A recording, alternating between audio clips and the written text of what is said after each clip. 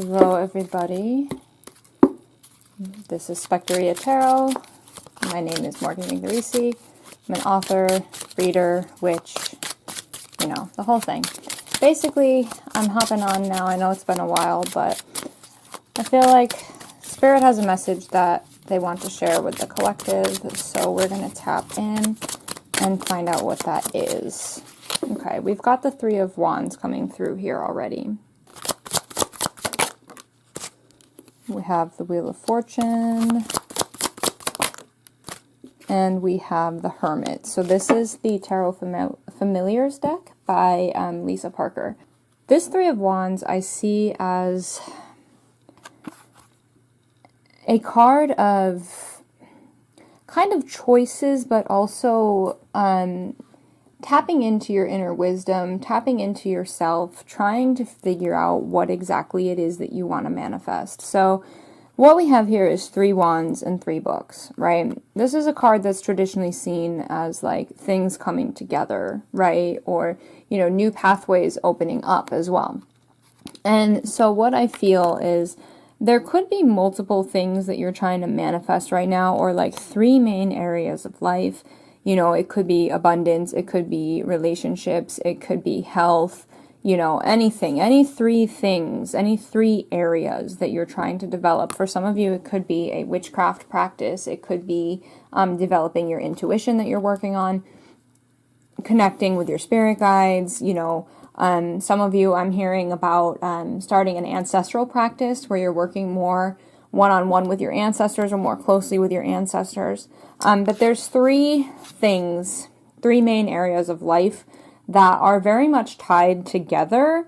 It's like one influences the other. So it's like you're sitting here right now and you feel like there's a lot of energy growing. There's a lot of momentum that's building within you. And there's lots of things that you want to like rush ahead into or move forward with, but you're feeling like you're held back. It's almost like I'm seeing like horses that want to run, but they're being held back by their reins. You know, that's kind of the energy that I'm picking up on for the collective right now. And with the Wheel of Fortune coming through, it's like you are aware that something is shifting in your life. You're aware that these 3 areas are ready to change, are ready to evolve, are ready to take off, essentially.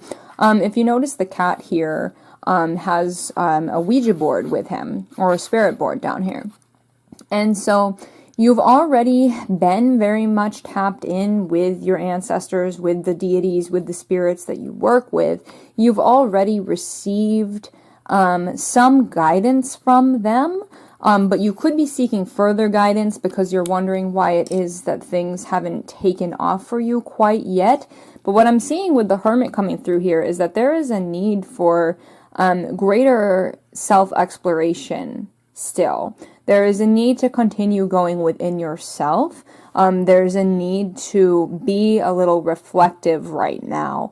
Maybe spending time in isolation even. Some of you are very much influenced by other people's energy. That's not something you can help. I mean, you can be a little bit more aware and a little bit more defensive, but that's a fine line as well, because you do want to be able to be open and share of yourself with the people in your life. But at the same time, if other people's self-doubts or other people's insecurities, other people's fears are being harbored within you, if you're kind of picking those up, then you're going to be a little bit blocked yourself. So we're going to tap in even more, go a little bit deeper, and find out, what are you calling the collective to do at this time, Spirit? We have the King of Swords. So you do need to get clearer. You need to get clearer on what energy belongs to you and what energy belongs to someone else. You need to get clearer on what it is that you actually want, what you actually feel.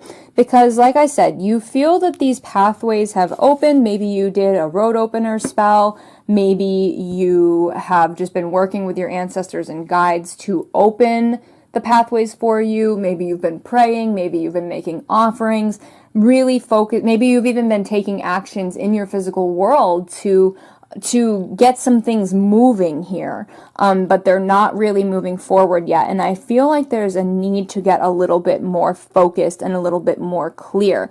I also see this ivy here growing on this cross. And the way that I interpret this card is like, what kind of thoughts, energies have been growing within your subconscious mind that are, you know, subconsciously influencing what's going on with you. Okay, so you need to really lean on your faith at this time, whatever that looks like, connecting with your spirit guides, connecting with your ancestors, witchcraft practice, whatever it is that you do. You need to connect with that a little bit more and figure out some ways that you can kind of cut back the weeds that have grown that are kind of keeping you from expanding at this time. And then if you look too, we have the Empress here with 2 horses on the bottom of the deck. So if you notice though, these horses are standing still, and it looks to be like a mother horse and a foal, right? So I feel like for some of you, some of the blocks that you've been facing recently may actually stem from your childhood.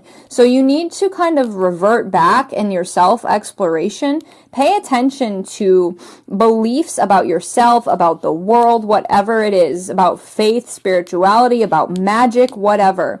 Whatever you're trying to manifest, about love, romance, health, wealth, home life, whatever you're trying to manifest. What ideas, ideologies, beliefs, things that people said to you, or insecurities that your parents had or that people around you had, what is there? What is lingering in the subconscious mind that you need to weed through in order to welcome in the new beginnings, the blessings, the expansion that you've been praying for? Okay. We have 2 more coming out here. Yeah, we have the High Priestess. So the veil is thin right now. We have Halloween next week. This is a time when the ancestors are around. You know, the spirits are active. They're roaming the earth. This is the time for you to connect. If you notice, this cat is rubbing up against a broomstick here. Broomsticks in witchcraft have traditionally been used to cleanse away outdated energy. We've got the full moon there behind the cat as well. So there is some kind of cycle in your life that is being completed, being cleared away. Notice this tree has no leaves on it. It's bare. That means that you're experiencing a bit of a death and rebirth cycle right now. And the answers that you're seeking, you're going to find by going within. These answers that you find, they are going to be the key that helps you move forward. We have the 8 of Wands here. So that is you finally taking off. That is movement finally occurring. That is the horses being set free and running. We're going to tap in with some Intuit Oracle 3rd edition as well, just to get the remaining messages. Anything else the collective needs to know about this, Spirit? Okay, we've got 2 cards. One fell on the floor. Hold on a second. Yes, okay. So we have Gaia, Mother Earth coming through here. It says inner identity, grounded, purpose, experiencing duality.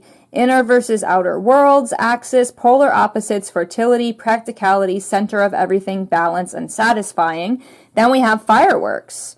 So it says passion, chemistry, lust, desire, kiss, celebrate, happiness, exhilaration, new year, excitement, explosive, and hot sex. Ooh-wee.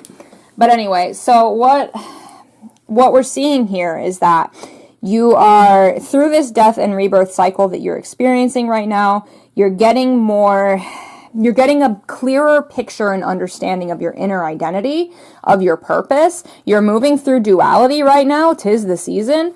You're playing with your inner versus outer worlds and figuring out how you're really seeing right now. Maybe it's becoming clearer to you. Maybe it's not something that was clear in the past, but you can't deny it now, that your inner world really does affect your outer world. So you're trying to figure out how to bring balance there, how to merge the energies, how to affect or utilize the power of your mind to influence what's happening in your world. And this is a process that's going to take some time. It may even take until the new year, right? But over the next few months, over the dark period here in the Northern Hemisphere, you know, you're really going to be going within. You're going to be connecting with your guides, with your faith, with your spirituality. You're going to be cleaning up the subconscious mind, clearing things out that don't serve you. Maybe in your physical world, you're going to be releasing people and things and environments and habits and stuff that don't serve you, so that you can become more aligned with your purpose and more aligned with bringing those things that you desire into your physical world. And it's going to be something that you're going to be celebrating. I hope that these messages resonated with you. If you would like to book a personal reading with me, check out my books, my handcrafted oils, or join me on Patreon. The links are in my bio. I'm wishing you a very happy Halloween, and thank you for stopping by.